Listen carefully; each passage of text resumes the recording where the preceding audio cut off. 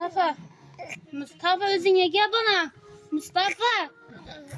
Assalamualaikum dostlar, yaxşımısınızlar? Mən bu videonu köp oylandım, alimdə yoxdur deyə.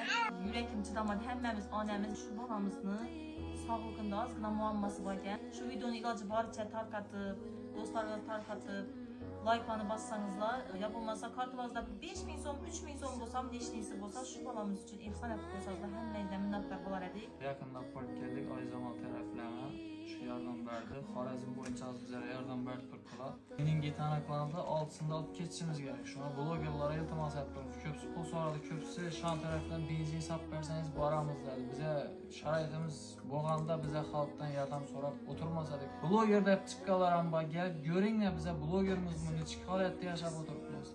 Kvartirada yaşab oturup dəkərlər, heç ildə döş avam yox, şu xanada boğuşuydu döş avı. Mesela heyran kaldım, köpçilik blogerler pul soradı dedi. İltimas blogerlerimiz şu videonu gördüğüm bu sazla gelip videoya alıp yardım verişlerini soruyumuz.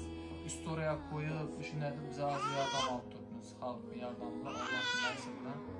4 fərzəndi var idi, yaxından bir kiçkinə fərzəndi boğan, bundan şu stres halətində boğan, xamladarlıq vaxtında o fərzəndindən qulaqı eşitməzlik, kəsəllik anıqlandan.